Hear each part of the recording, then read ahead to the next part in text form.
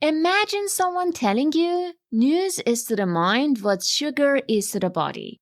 It sounds exaggerated at first, but that's exactly the argument made by the Swiss writer Rolf Dobelli. Sugar isn't necessarily bad. It's sweet. It's stimulating. It gives us an immediate reward.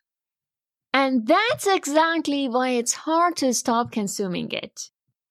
Dobelli argues that news often works in a similar way. A breaking story, a scandal, a crisis, another notification.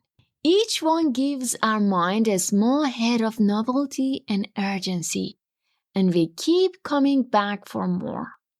Today, I'd like to share 4 reasons why Rolf Dobelli believes we should consume much less news. And ultimately, these ideas are not just about news.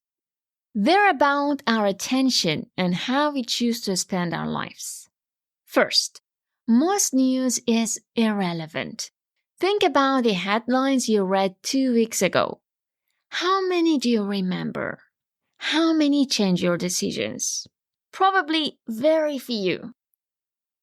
News often gives us the feeling of being informed without actually making us wiser. Second, news exaggerates danger. The news naturally focuses on disasters, conflicts, crises, scandals, and not talking about a large number of people who had a nice day, who had a normal day. After enough exposure to negative news, the world can begin to look like a series of emergencies. You start carrying emotional burdens about situations you cannot influence. Sometimes being highly informed simply means being highly worried. Third, news fragments our attention. A headline, a notification, an update, another alert. Our minds keep switching, and over time, deep attention becomes harder. Reading a book feels slower. Silence feels uncomfortable. The mind becomes accustomed to fragments.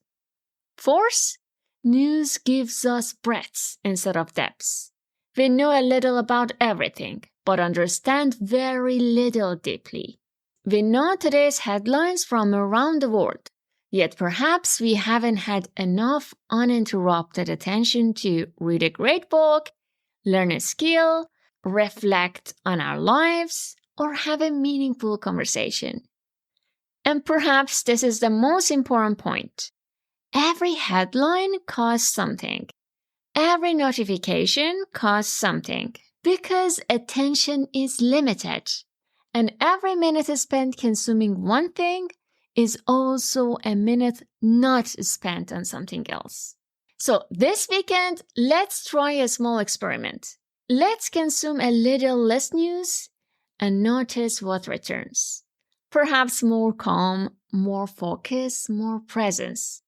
Perhaps you'll discover that your mind has been hungry not for more information, but for more space. Thank you for being here today.